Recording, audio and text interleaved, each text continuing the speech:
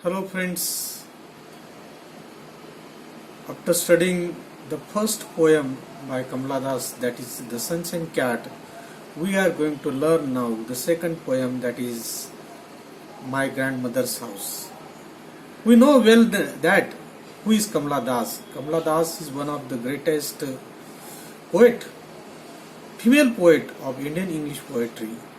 She is a rebellious type of poet. She protested. तिने एक बंड केलेलं होतं against the society. She has converted herself from Hinduism to Muslim religion also. So she remains one of the greatest poet as well as a poet who protests against society, male-dominated society. She criticizes the human being, means the people by whom she was tortured, the people who exploited her. She talked about those people throughout her poetry. But in this poem, My Grandmother's House, she remembers her childhood days. She remembers the days she spent at her grandmother's house. So the poem is in this way a nostalgic poem in which she remembers the house, she remembers the love that is showered by her grandmother to her. So she has a desire to go to that home, to see that home once again. That is why she has composed this poem, My Grandmother's House. So the poem, let us begin with the poem. The poem My Grandmother's House is written by Das. The poem has been written in the memory of her grandmother, which she had spent, along with whom she has spent her childhood. The poet considers those moments to be the best moments of her life, and she desires to get those moments of her childhood again. She not only remembers the days, she wants to have those days once again in her life. That is why she here mourns the loss of those days.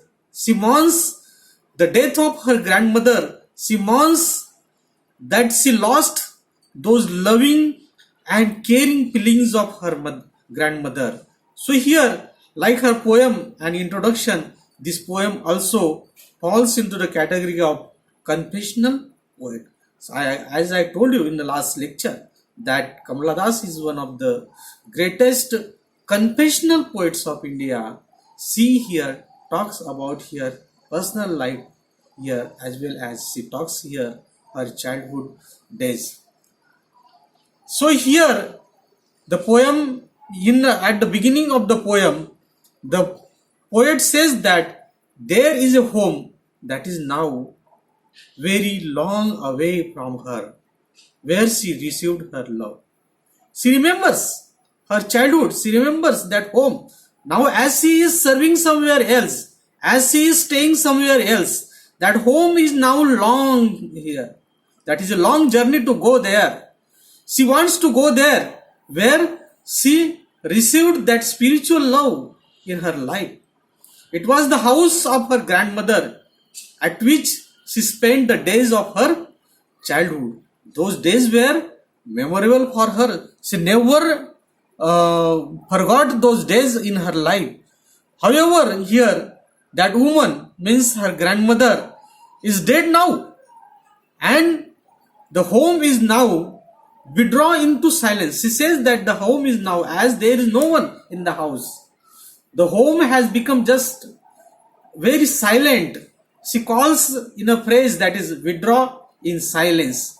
That is without any life, because her grandmother was the very soul of it.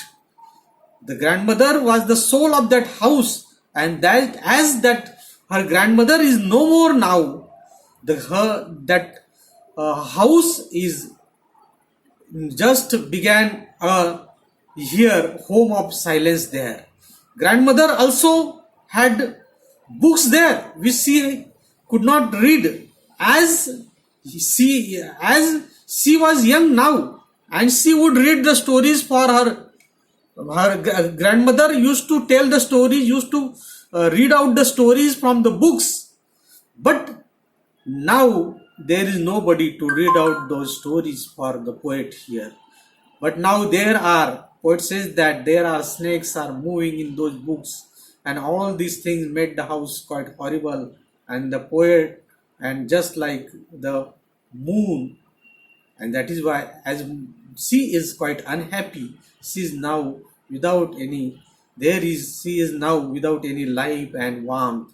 There is no warmth, that is the warmth of that love is there no more in this house. So the house is full of dirt, the house is full of snakes, there is nobody to take care of the books, and there is nobody to tell the stories there. So she has desire to go there, but she here goes there, but she finds that the house is withdraw into silence. Here the poet expresses her desire to go to her grandmother's house because she is very much emotionally attached with that house since her childhood. She wants to go there. She wants to look through the blind eyes of the windows of her grandmother's house. Here the term the blind eyes of windows means that there is no one in the house to look for. That is why she has used the term blind eyes of windows. She also desires to listen the frozen air. She also desires. She not only wants to go there, she wants to see the books, she wants to touch the windows, she wants to feel that air that goes through that windows, that she calls that air as a frozen air of that house. Frozen air probably means that the house is locked and the fresh air has not moved in. That is why here she talks about in this way her old days, her childhood days. In my view, that the poet here desires to move into the thoughts which are buried deep inside her heart and no air has blown it.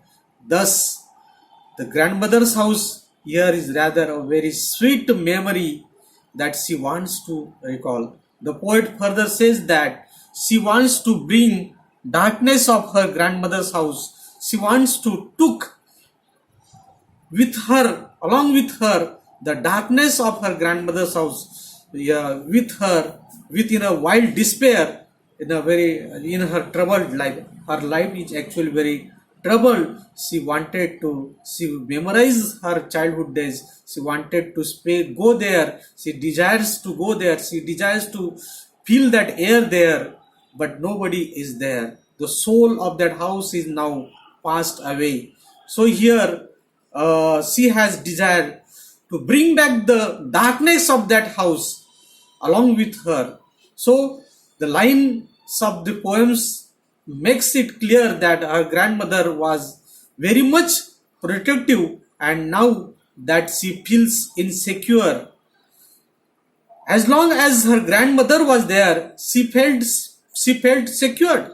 But as in the house there is nobody, she felt insecure, and even in the darkness of her grandmother's house, she feels insecure now because her grandmother is no more, and that is why now she feels very unpleasant like cold moon. But here she feels that as if that moon is comforting her, offering love her. So poet here remembers her grandmother's house in this way. So thanks. Yeah.